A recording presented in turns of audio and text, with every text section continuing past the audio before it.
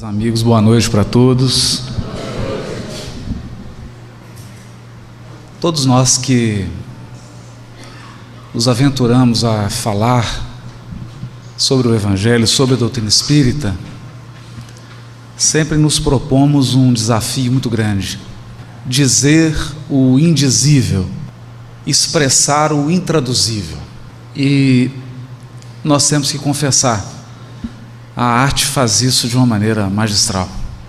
Então eu quero começar agradecendo a Natasha, a nossa companheira que cantou antes, porque através da arte das duas elas conseguiram levar todo o público a uma sensibilidade que é peculiar à sensibilidade do cristianismo nascente. O Evangelho verdadeiro, o Evangelho redivivo, ele é construído com essas emoções, com esses sentimentos. E ele, no fundo, é uma proposta de resgate daquilo que nós temos de mais humano, daquilo que é mais belo no ser humano. Eu não poderia deixar de agradecer a toda a diretoria do SERJ por esse convite e por essa oportunidade ímpar de, pela primeira vez, fazer um roteiro no estado do Rio de Janeiro e de ser acolhido com tanto carinho, com tanta receptividade. Muito obrigado à federativa desse estado, especialmente ao setor da comunicação social espírita, pela sua dedicação e pelos esforços. Eu quero agradecer a todos os trabalhadores da federativa, na pessoa do Marcelo e da Regina, que de modo muito abnegado prepararam há meses e meses essa oportunidade. O tema de hoje é Paulo, apóstolo dos gentios, e eu fiquei pensando como dizer alguma coisa sobre esse livro que já completou décadas e que trata de uma história que já tem milênios. Mas como dizer isso para que tudo isso faça sentido a você e a mim que vivem hoje? Então, qual o sentido disso tudo para a minha vida e para a sua vida? E eu então tentei escolher alguns caminhos que sejam inusitados, alguns ângulos, alguns olhares sobre trechos conhecidíssimos da obra. E essa é a nossa busca essa noite: afinar a sensibilidade para perceber nessa obra alguns aspectos que talvez numa leitura e numa reflexão apressada não sejam possíveis. Então essa história fala de quem? Fala de um religioso, alguém que desde a infância foi preparado, equipado e provido com todos os recursos para ser um líder religioso.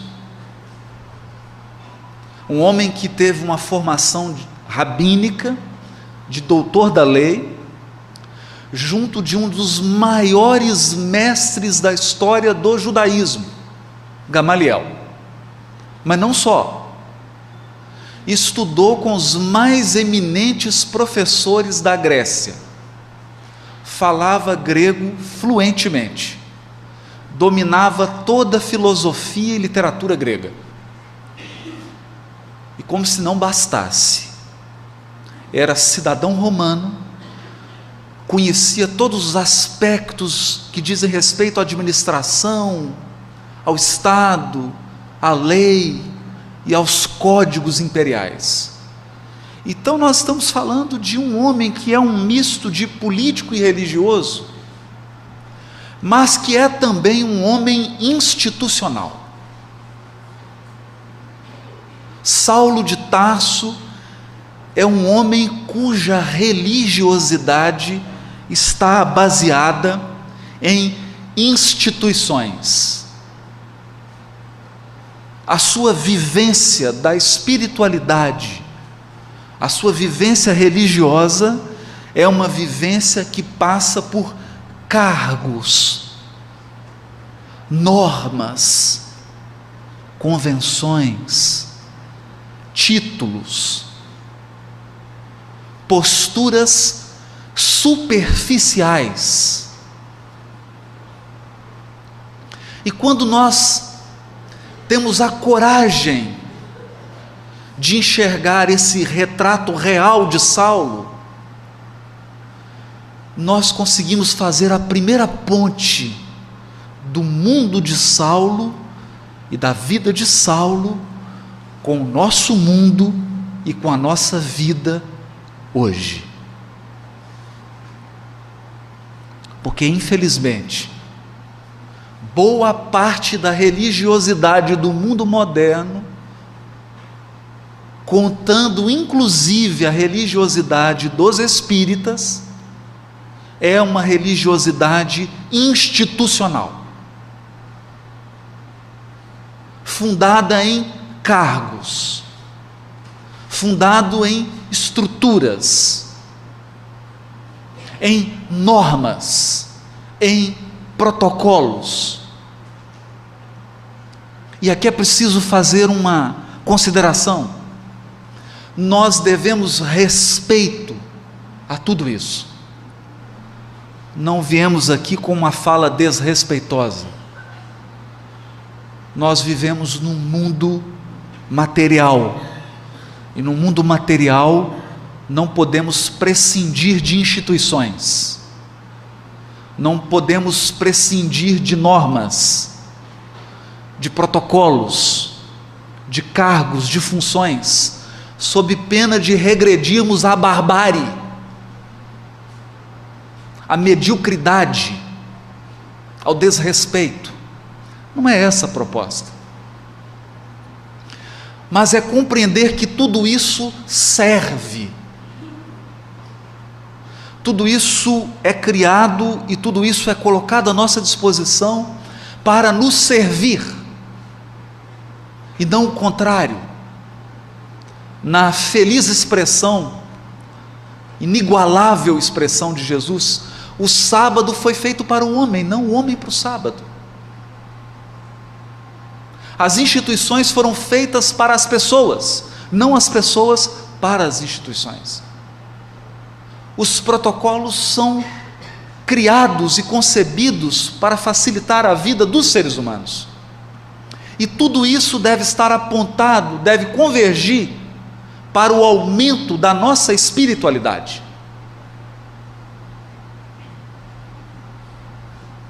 Espiritualidade. É por isso que Emmanuel diz no prefácio do livro Nosso Lar, lembrando aqui do Renato, do filme Nosso Lar, ele diz assim: em verdade precisamos do espiritismo e do espiritualismo, mas muito mais de espiritualidade. Porque o espiritismo e o espiritualismo representam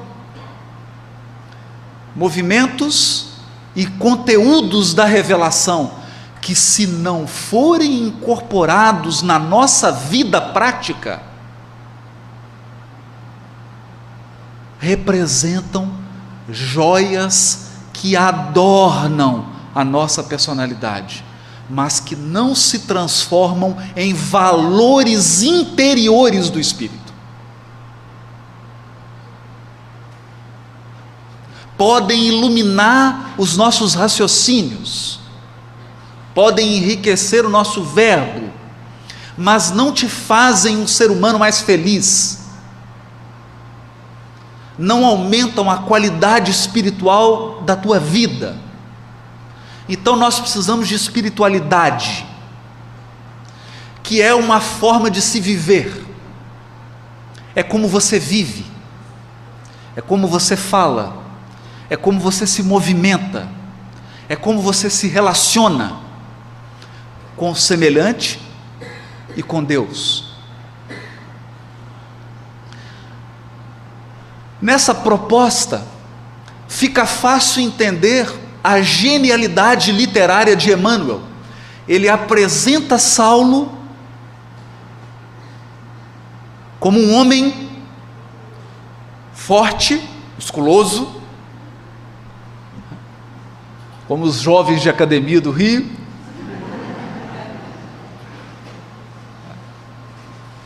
conduzindo uma biga romana, trajado à grega,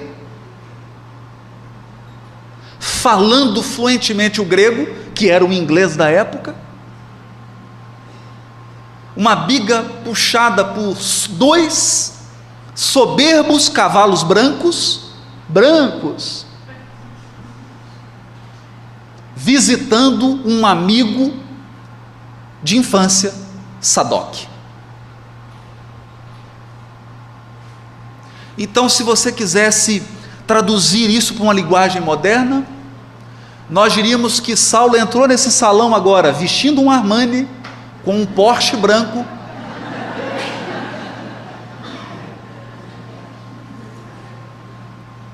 conversando com um ilustre amigo do movimento religioso a que ele pertencia. E tudo isso é apresentado com cores vivas, fortes, porque essa era a vida de Saulo. Era dessa vida que ele extraía religiosidade. No entanto, a partir do seu encontro decisivo, que nem ele soube explicar no momento em que ele vivia a experiência, porque a questão da experiência não é o que você entende dela, é o que você vive dela. É por isso que a experiência representa muito mais do que o que nós somos capazes de explicar. Se você de fato viveu uma experiência, só é verdadeiramente uma grande experiência se você for incapaz de dizê-la. Porque a verdadeira experiência é maior que as palavras. E a experiência de Saulo foi se encontrar com o Espírito de Jesus.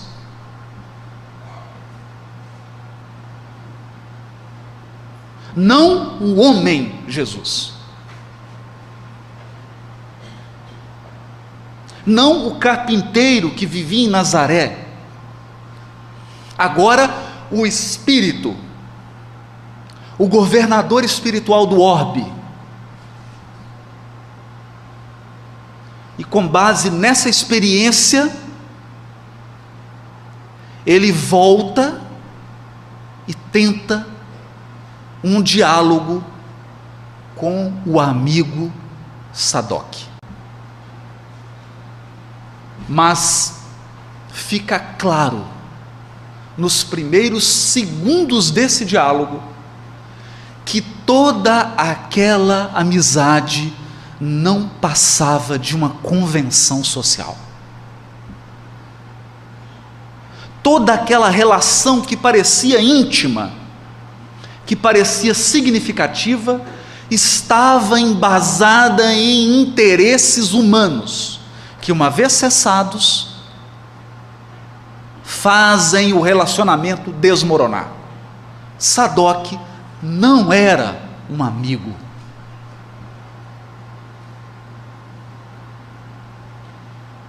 Sadoc era um parceiro de interesses, um companheiro que partilhava interesses de destaque pessoal, interesses de poder político, de projeção religiosa, interesses econômicos.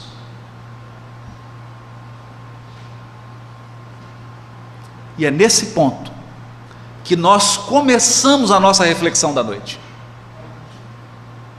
O que mudou de Saulo para Paulo? O que mudou é que ele teve que abandonar tudo que é superficialidade. tudo que é convenção social, tudo que é interesse do homem encarnado. Portanto, um interesse com data de validade. É simples assim. Não estamos desmerecendo os interesses humanos. Não. Não é? Seria mais simples. Seria muito mais fácil ser fundamentalista e radicalizar o discurso. Mas isso seria também muito tolo e muito pueril. Porque os interesses humanos precisam ser respeitados, mas precisam ser colocados numa lista de prioridade. Isso significa que o cargo que você ocupa é muito importante para a personalidade que você é até o seu desencarne.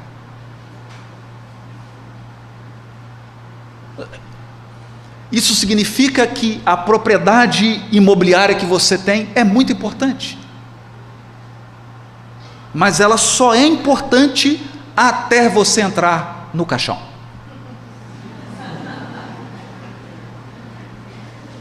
São interesses que possuem data de validade, importantes por um determinado tempo. Acontece que o Renato me autorizou a dar essa notícia: ninguém aqui vai morrer.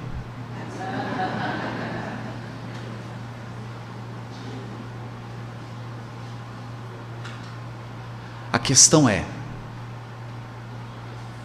quais interesses você cultiva hoje para depois do seu velório?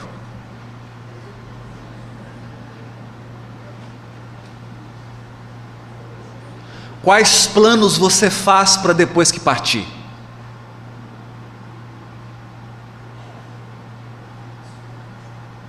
Essa é a experiência que modula a vida de Saulo, levando-a de um tom para outro tom.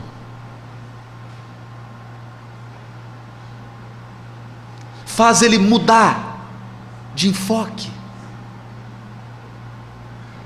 É bom pensar nisso, porque senão nós corremos o risco de colocar Paulo como alguém inatingível, ou colocar a sua vida e as suas experiências como algo que não tem nada a ver com a minha. Afinal de contas, ele é um missionário escolhido, eu sou um ser humano comum. Não, não há nada disso. E é o que nós nos propomos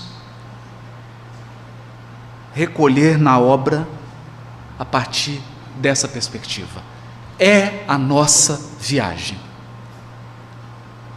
Por que apóstolo dos gentios? Porque Paulo vai falar para quem não é religioso, para quem não tem a carteirinha de fiel.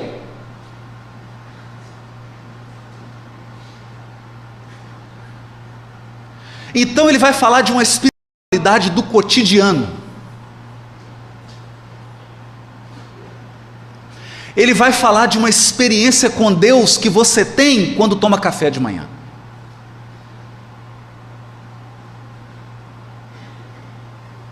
Ele vai falar de uma experiência espiritual que você tem quando abraça um amigo. Porque esse é o apostolado para os gentios. E onde ele auriu isso? Onde ele recolheu elementos para essa missão?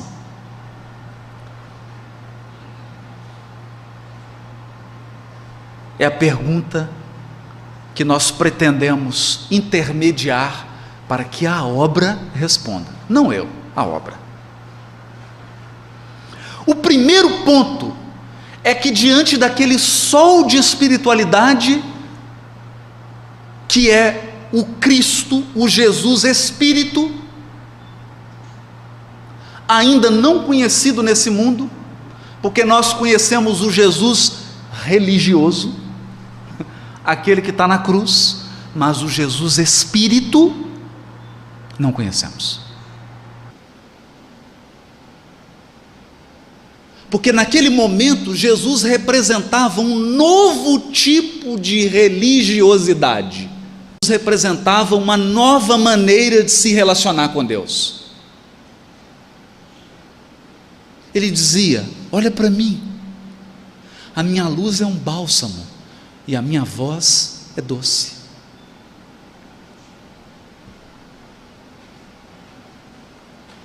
Porque a verdadeira espiritualidade e a verdadeira religiosidade somente pode produzir doçura e bálsamo.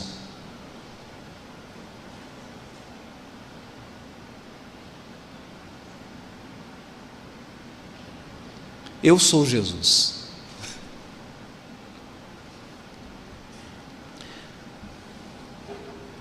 Viu-se o orgulhoso e inflexível doutor da lei curvar-se para o solo em pranto convulsivo. Imagina. Qual fala recriminadora é capaz de fazer alguém dobrar os joelhos em pranto convulsivo? Nenhuma. Nenhuma. Isso só o amor faz. E o gigante se curva.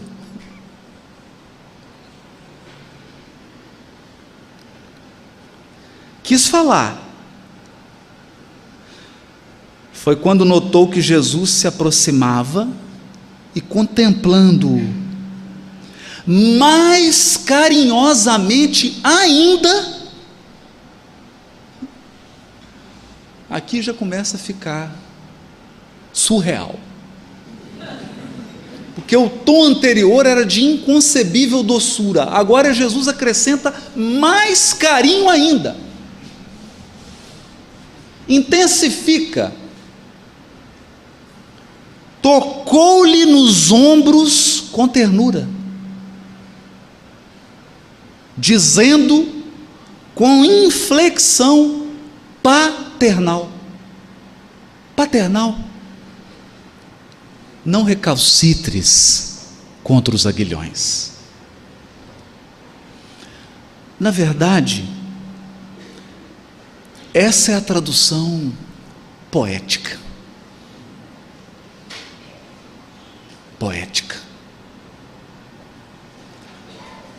No original, Jesus utiliza uma expressão idiomática, porque o aguilhão é aquela espora que você coloca no pé e cutuca para o cavalo andar.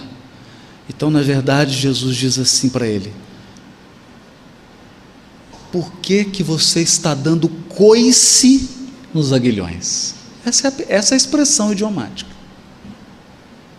Compara Saulo a um cavalo bravo, indomável, que não quer ser conduzido. Por quem? Por quem? E nós nos esquecemos disso. Por Ele, pelo Cristo. Mas como?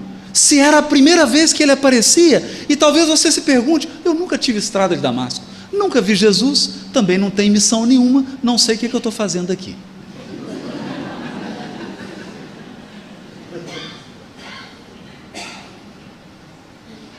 A questão é: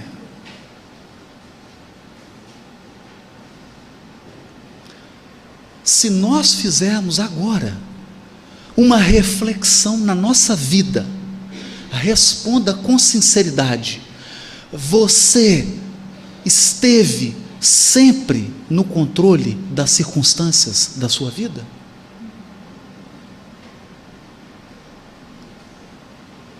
Então, quer dizer que, como recém-nascido, você já controlava tudo, inclusive o leite da mãe.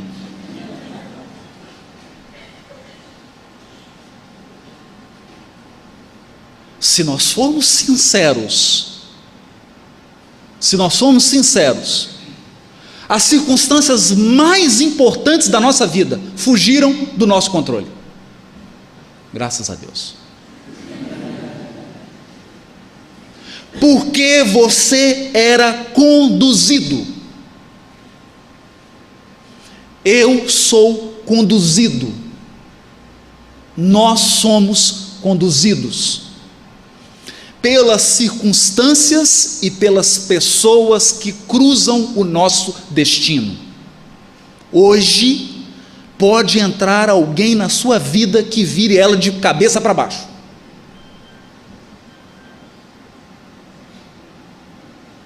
E eu não preciso dizer que basta uma circunstância para mudar o curso do seu destino. Então parece que Deus não tem boca, nem dente, nem língua. Deus não tem aparelho fonador. Quando Ele fala, diz Emmanuel, Ele fala através das circunstâncias e das pessoas que cruzam o nosso destino.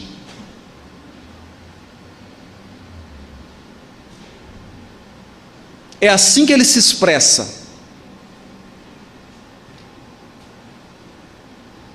E foi assim que Ele se expressou sempre na vida de Saulo. E era isso que Jesus chamava ele para reconhecer. Eu venho agora pessoalmente, mas sempre te conduzi. A verdade é que de uns dias para cá você está dando muito coice. Colocou uma mulher extremamente feminina, extremamente doce, para ser a sua noiva. Colocou como cunhado dele Estevão. Quem não queria ter um cunhado como Estevão? Eu falo isso com o meu, ele fica chateado.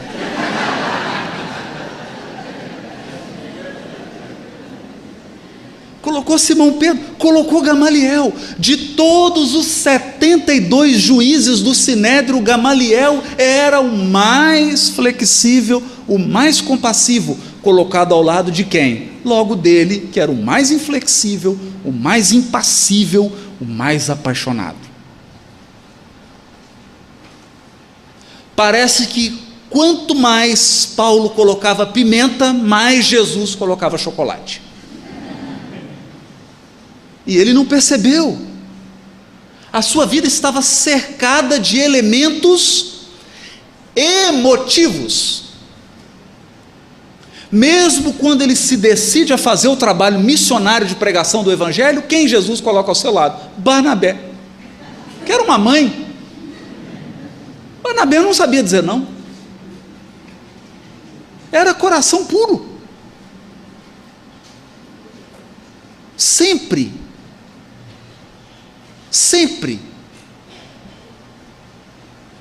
esse oposto tentando trazê-lo ao equilíbrio. E agora nós começamos a pensar, mas será que fez isso só na vida de Saulo? Então você é totalmente desorganizado e está cheio de gente organizada na sua família, ao seu lado, ou você é muito organizado e está cheio de gente desorganizada ao seu lado? Sempre os opostos tentando trazer você para um ponto de equilíbrio. Se você é muito calmo, sempre pessoas desorientadas ao seu lado. Se você é um desorientado, sempre pessoas muito calmas ao seu lado. Essas lições sutis do cotidiano que têm a ver com religiosidade. Mas uma religiosidade e uma espiritualidade que até os espíritas perderam. Eis a questão. Que até nós espíritas perdemos. E ele vai.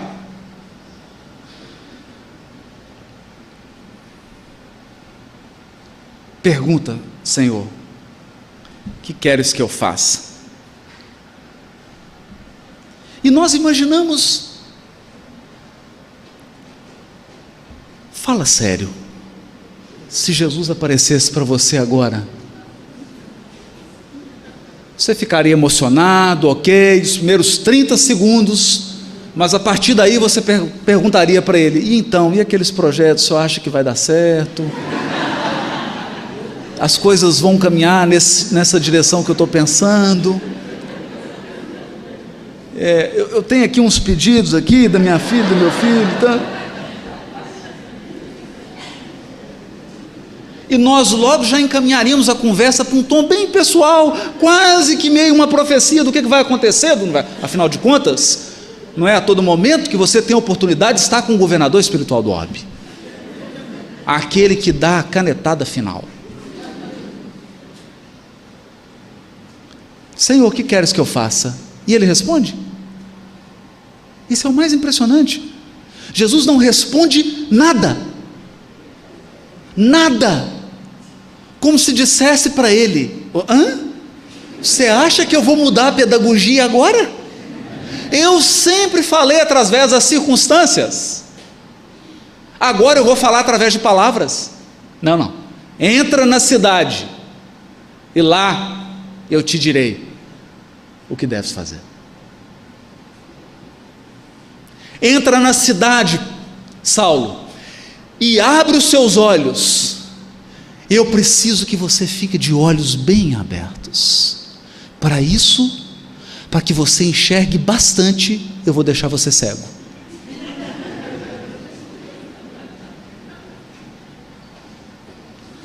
Porque às vezes o problema do encarnado é enxergar com os olhos físicos e não ver nada com os olhos da alma.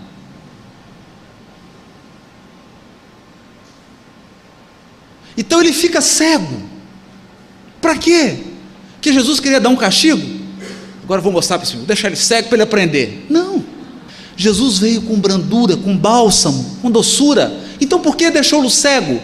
Para que ele experimentasse de uma maneira forte e definitiva na sua nova vida a experiência de depender, de não estar no controle, de ter que se entregar, de perder a ilusão de autossuficiência. Cego, e agora? Tem que ser conduzido. Vai fazer o quê? Cego no deserto, nas portas de Damasco, vai fazer o quê? Se entregar. O que mais você vai fazer?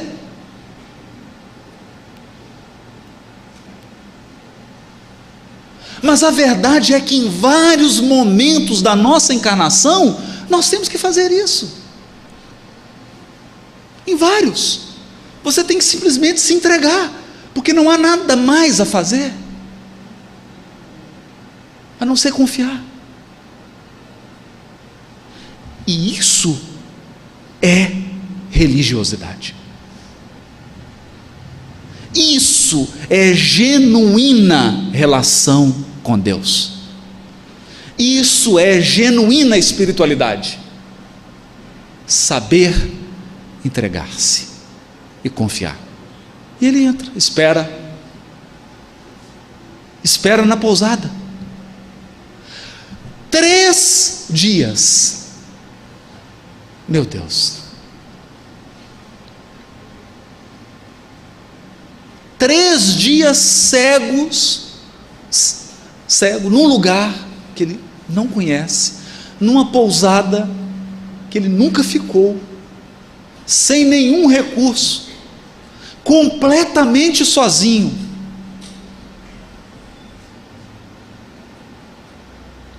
Em prece, pedindo a Deus que viesse em seu socorro. Aqui começa a moldar-se o caráter do apóstolo dos gentios, porque você não fala de evangelho para ninguém se você não for capaz de se entregar a Deus.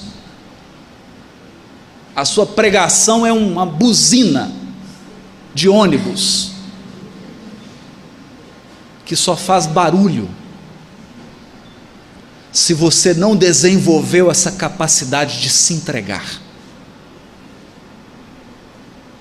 de confiar.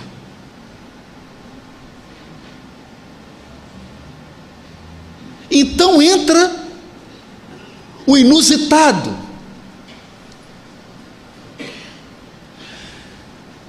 Eu digo que às vezes me surpreendo com Jesus. Se ele fosse diretor de peça de teatro, até o Renato ia ficar assustado. Entra alguém no aposento, Saulo sente os passos. Quem era? Ananias.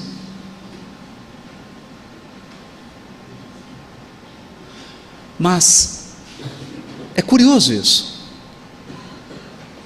porque esse era o homem que motivou a viagem de Jerusalém para Damasco.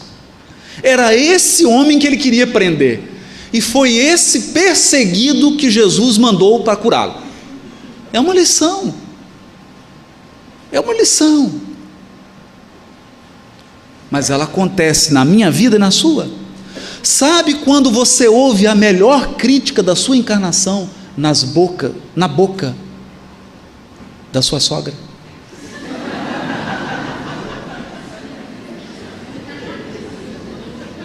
A crítica mais sincera, a mais profunda, quando vem da pessoa que você menos gosta, e você, constrangido, é obrigado a concordar. É isso. Ananias entra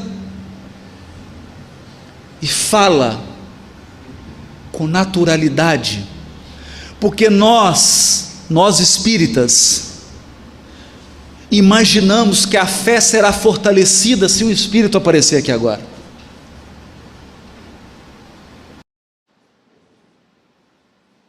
Só que a prova da imortalidade vem através de sutilezas na nossa vida. Sutileza que, se você for muito grosseiro, você não percebe nenhuma delas.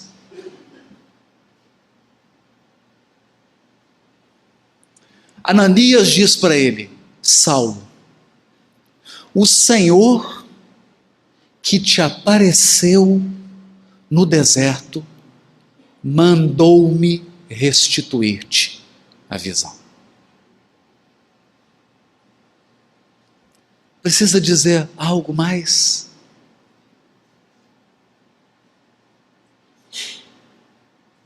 O perseguido curando o perseguidor e dizendo: eu estou confirmando a experiência que você viveu sozinho no deserto. É verdadeiro. É verdadeiro. Impõe as mãos e ele volta a enxergar. Isso é uma experiência. Isso você não transmite para ninguém.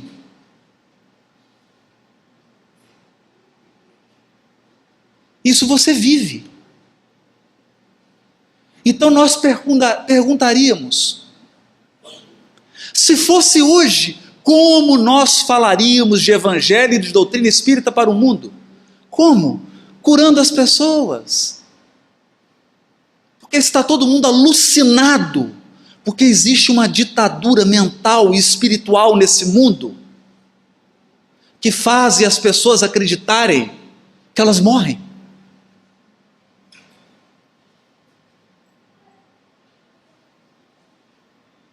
Então nós só construímos relacionamentos superficiais. Sabe por quê? Porque eu não acredito que os meus relacionamentos vão durar para sempre.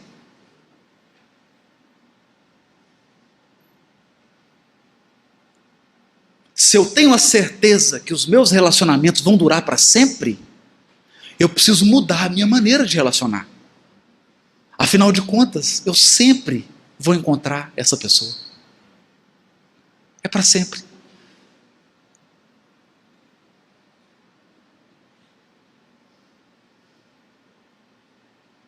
Então aqui começa a magna experiência do apóstolo dos gentios e a experiência mais profunda, mais espiritual, mais religiosa de Paulo, o apóstolo dos gentios, é a experiência da imortalidade da alma, que faz você rever toda a sua vida, todos os seus propósitos.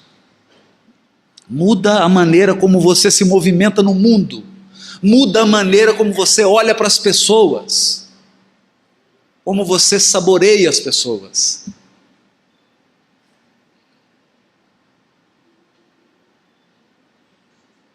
Essa é a experiência fundamental.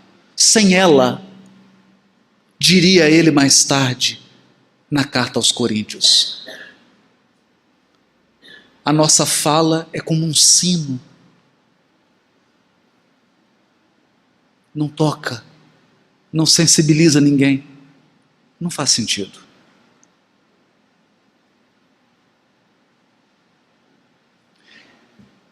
Após ser curado,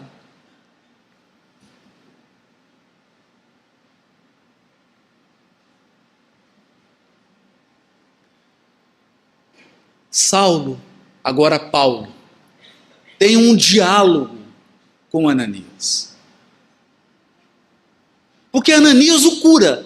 Mas vocês acreditam que Ananias tem todas as respostas? Não. Deus nunca coloca todas as respostas em uma só pessoa.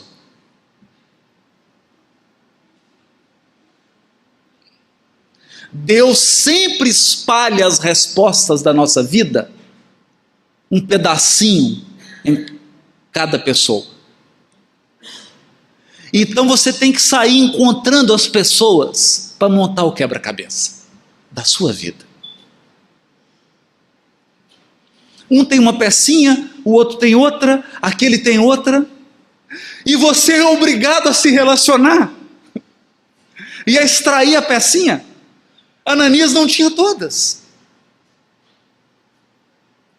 Para falar a verdade, Ananias nem sabia o que seria dali para frente. Ele estava mais surpreso do que o próprio Paulo. Mas ele tinha uma religiosidade, uma espiritualidade que Paulo ainda não tinha. E quando Paulo compartilha com ele, como alguém, olha, eu estou pensando, agora que você me curou, voltar lá na sinagoga e eu vou dar uma coça em todo mundo. Vou falar a verdade.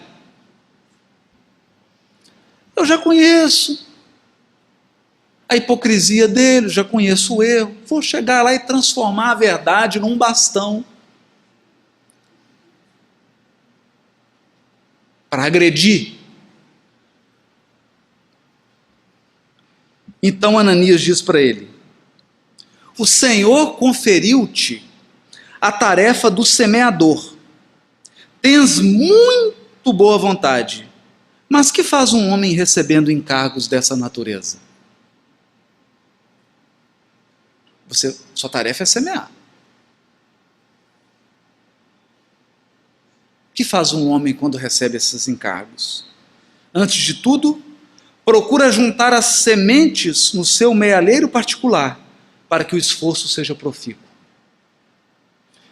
Porque nós nos preocupamos com o terreno que vai receber a semente, com o clima, com o adubo, com a resposta, mas não preocupamos com a semente, que é o que nos compete. Porque a partir do momento que eu lanço a semente, saiu da minha esfera de responsabilidade.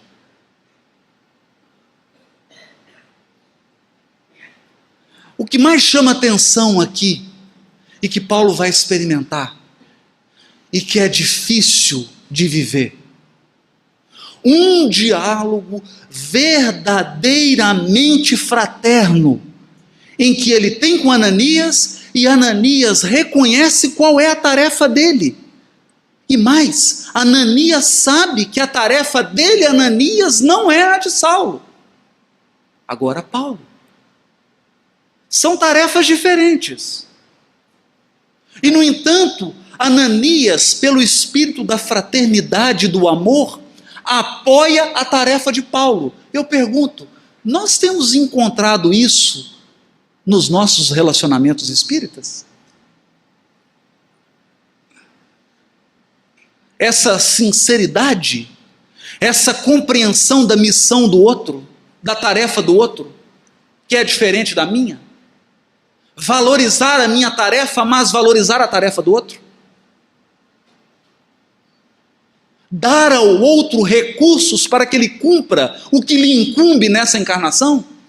Mesmo conhecedores da imortalidade da alma e da reencarnação, nós temos essa generosidade? Não temos. Porque a nossa espiritualidade e religiosidade ainda não é aquela dos cristãos primitivos. Ainda não é. Então, se você perguntar, o que há de mágico em Ananias? Sabe o que há de mágico em Ananias? Ele é capaz de ser humano. Ele é capaz de entender. Meu amigo, você tem a tarefa do semeador. Vamos ver aqui. Eu aconselho que você cuide da semente. Você precisa de semente. Aí, Paulo diz para ele, mas o que desejais dizer com isso? Quero dizer que um homem de vida pura e reta, sem os erros da própria boa intenção, está sempre pronto a plantar o bem e a justiça no roteiro que perlustra. Mas quem que é um ser humano de vida pura e reta na face da terra, a não ser o Cristo? Que está sempre pronto a plantar o bem e a justiça. Então nós estamos no outro grupo que eu vou dizer agora qual é. Mas aquele que já se enganou, ou que guarda alguma culpa, presente, somos nós, tem necessidade de testemunhar no sofrimento próprio, antes de ensinar. Testemunhar no sofrimento próprio antes de ensinar. Os que não forem integralmente puros ou nada sofreram no caminho, jamais são bem compreendidos por quem lhes ouve simplesmente a palavra. Contra os seus ensinos estão as suas próprias vidas. Além do mais, tudo que é de Deus reclama grande paz e profunda compreensão. Paulo, você está querendo ir lá brigar, bater, dizer verdades. Isso não é de Deus. Tudo que é de Deus pede paz e profunda compreensão. Que imagina se Deus se deslocasse da sua posição de Criador para nos agredir.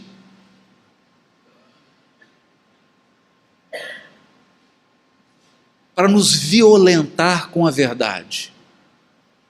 Constrangendo-nos a ser bons. Imagine. Deus não faz isso. Ele permite que você tenha as suas experiências, que você faça as suas escolhas, que você teste o que funciona e o que não funciona, quem você é, quem você não é, o que funciona para você, o que não funciona, qual que é o seu caminho, qual não é. Ele deixa que você descubra, ele deixa até que você se equivoque, e aí então, repete para ele, quando haja sofrido mais, continuava o benfeitor e amigo sincero, terás apurado a compreensão dos homens e das coisas. Só a dor nos ensina a ser humanos. E aí Paulo vai visitar a igreja de Ananias. Era uma casinha de uma mulher solteira, mãe solteira, que tinha um filho paralítico e que alugava a sala para poder sustentar o filho. Essa era a igreja. E nós reclamamos de falta de recurso nas nossas instituições, né? É engraçado mesmo. Mas essa igreja frequentava Ananias. E por incrível que pareça, Jesus falava diretamente com ele. É até engraçado, né? Porque quando Jesus aparece para ele, Ananias, ele, eis-me aqui, Senhor. Quero que você vá lá curar Saulo. Ele fala, Senhor, você não está confundindo o nome? É, por acaso, aquele que está vindo me perseguir, me matar? Eu estou aqui para cumprir o que o Senhor determinar. Mas às vezes o Senhor está confundindo o nome, né? Passaram o nome errado, sua assessoria. Não, Ananias, é esse mesmo. É o que vem te perseguir, eu quero que você vá lá curá-lo. Bom, o senhor tem certeza mesmo, né? E vai. Esse é o Ananias. Que espiritualidade é essa? Que religiosidade é essa de um encarnado que tem contato direto com Jesus?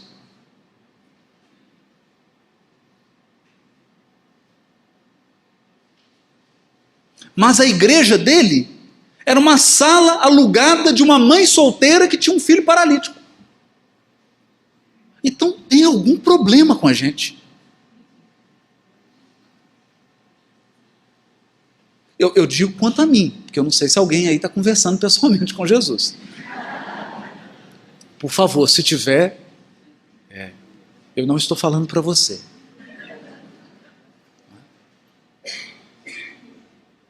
Então, pessoas simples,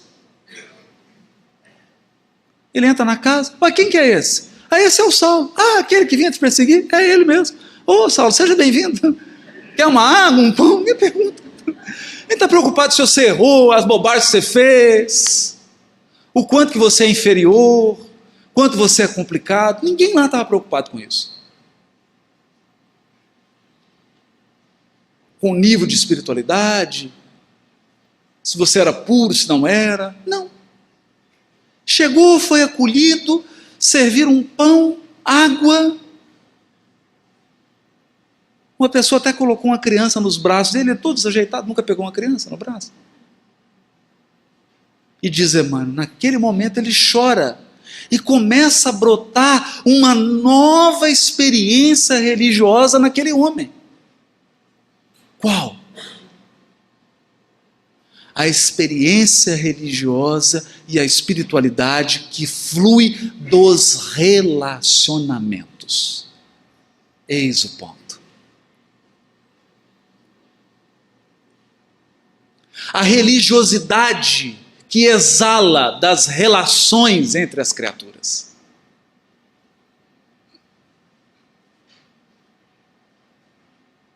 É isso que ia tocá-lo. E ele então vai procurar o mestre Gamaliel. Então o que acontece? Gamaliel tem respostas mágicas? Não. O seu mestre estava velho, doente, à beira da desencarnação. Mas sem o saber, guiado por forças que os dois desconheciam, entrega-lhe um pergaminho e diz para ele, mas você é forte, qual o problema? Qual o problema você está tendo? Tá, é um problema financeiro aqui, não sei como é que eu faço agora. Basicamente é o seguinte, perdi tudo, né? Você é um tecelão, pode trabalhar. Vamos arrumar uma colocação, você trabalha. Vai estudar os textos. A experiência agora é outra. Sem mágica. Sem mágica. Sem intervenções. Né? Jesus não apareceu de novo falando assim, Paulo, está com algum problema de cargo aí? Eu vou arrumar um cargo aqui para você. Você quer trabalhar onde? Você quer ser servidor público, do executivo, do judiciário, do legislativo? Não. Quer ser empresário? Qual ramo? Não.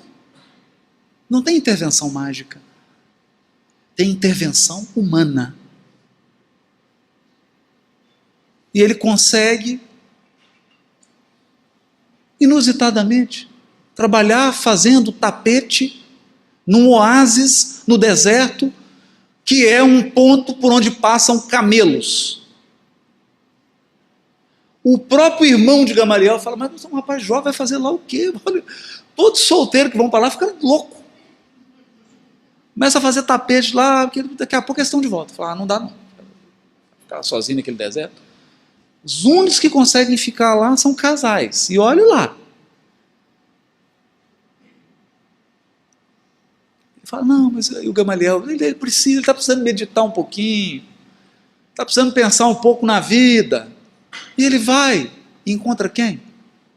Áquila e Prisca. Sempre na vida de Paulo, relacionamentos. Relacionamentos. Não tem mágica. Se você abriu o livro e imaginou que ia ter magia, número de materialização, esqueça. A mágica são as pessoas. Ali, ele conheceria o casal que só estava ali porque ele perseguiu a família. E aquele se tornaria o grande casal de amigos de Paulo. O casal que nos momentos mais importantes da vida dele representava para Paulo uma referência. No momento mais difícil da sua vida, lá na frente, quando ele volta de Atenas, que ele chega em Corinto, que ele vê Áquila e Prisca, ele chora.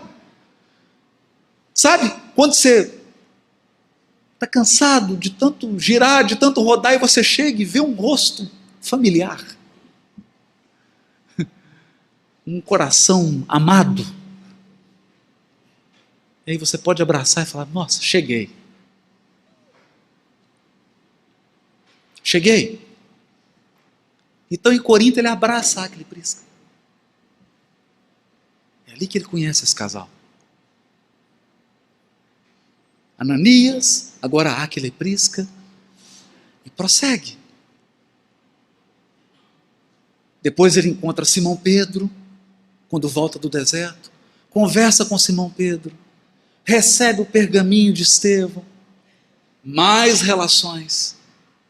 Vai para Antioquia, e aí recebe um convite de quem? Quem vem chamar Paulo para trabalhar na igreja? Barnabé.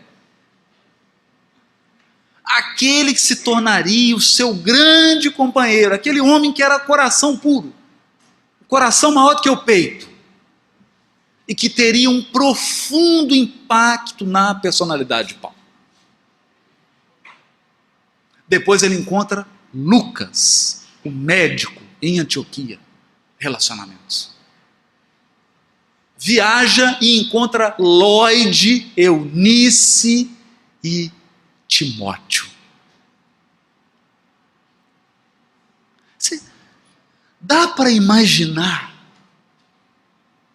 que o missionário que Jesus escolheu para divulgar o evangelho no mundo encontraria apoio numa adolescente de 13 anos de idade? Você consegue conceber isso?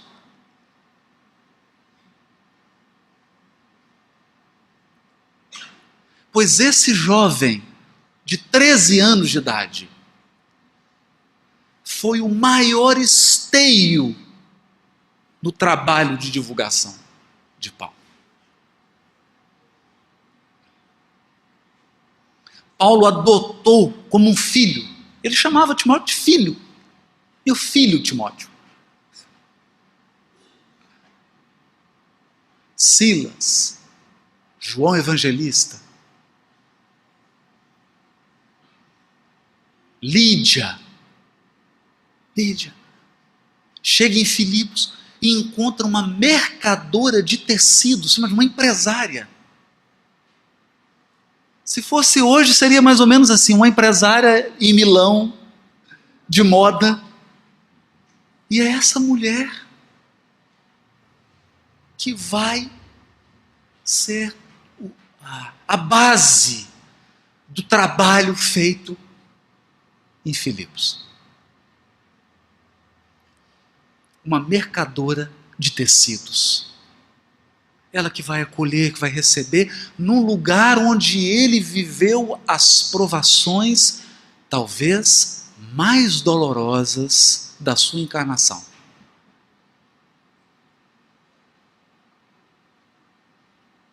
Dá para entender isso? Por que esse homem falava com tanta intensidade de Jesus? Sabe por quê? Porque ele passou a conhecer Jesus nas pessoas, não na teoria.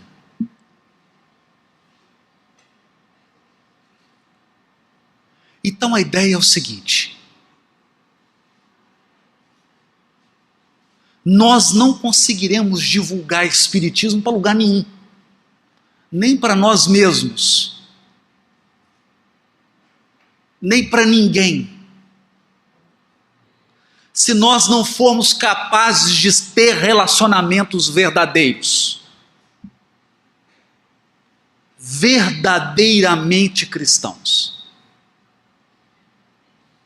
onde eu possa apoiar e ser apoiado, onde eu possa confiar e ser confiável, onde eu possa servir e ser servido.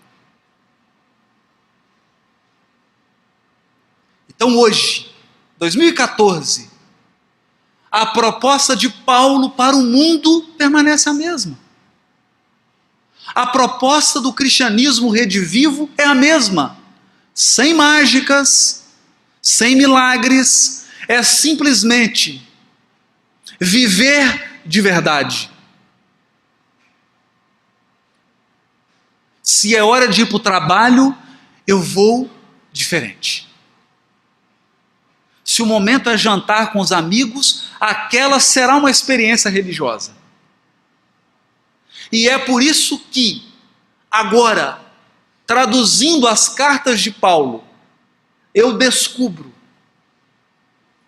que toda vez que Paulo se refere ao Velho Testamento, às suas tradições, que é de onde ele veio, ele faz referência à figura de Abraão. Abraão é a personagem mais citada por Paulo. É onde ele repousa todo o edifício da sua construção intelectual. Agora vamos reparar Abraão. Tinha templo na época de Abraão? Não, não tem templo. Tinha algum ritual religioso? Nenhum. Tinha alguma lei, alguma Torá? Nada. Algum sacerdote? Nenhum. Então o que tinha Abraão? Que experiência religiosa que tem nesse homem? É onde ele vai buscar. Sabe quais as experiências? Sentar com a família numa mesa de refeição. Encontrar com alguém de outro país. Porque foram nessas experiências do cotidiano que Abraão construiu a sua espiritualidade e a sua religiosidade.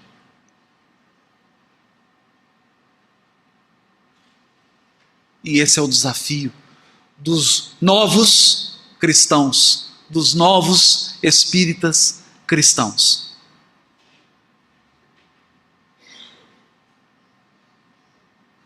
Lançar um novo olhar para o comum da vida, a fim de descobrir que a vida, toda ela, é incomum. Não tem nada de comum na vida. Tudo na vida é incomum. Porque se nós não enxergarmos isso agora, infelizmente, não no meu caso, que estou lá em Belo Horizonte, né, que a colônia espiritual é outra, mas aqui no Rio, que a colônia é nosso lar, nós vamos chegar à conclusão que depois de ter vivido talvez 50 e 70 anos no movimento espírita, nós vamos chegar no umbral para descobrir que a dona de casa, mãe de família, que criou um filho médico,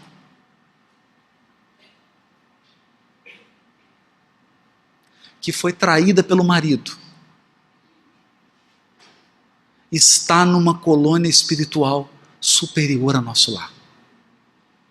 E nós, que fomos os religiosos, estamos no umbral.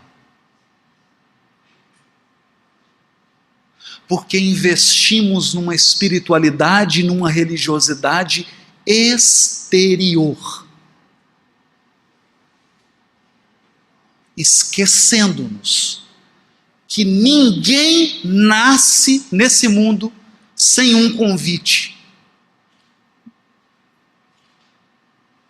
Quando a gente nasce, tem um convite dentro do útero.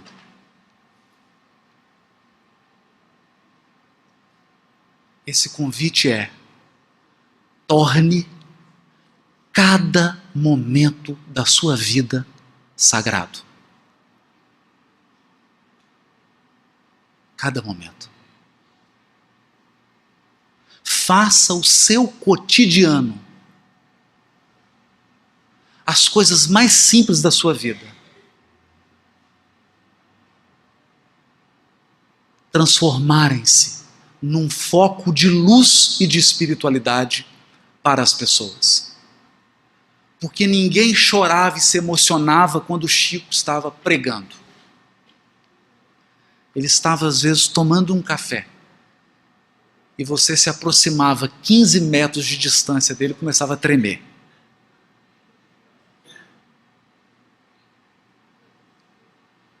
Bastava ele entrar.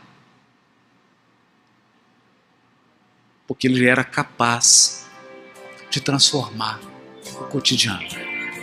Muito obrigado pela sua atenção e pelo seu carinho.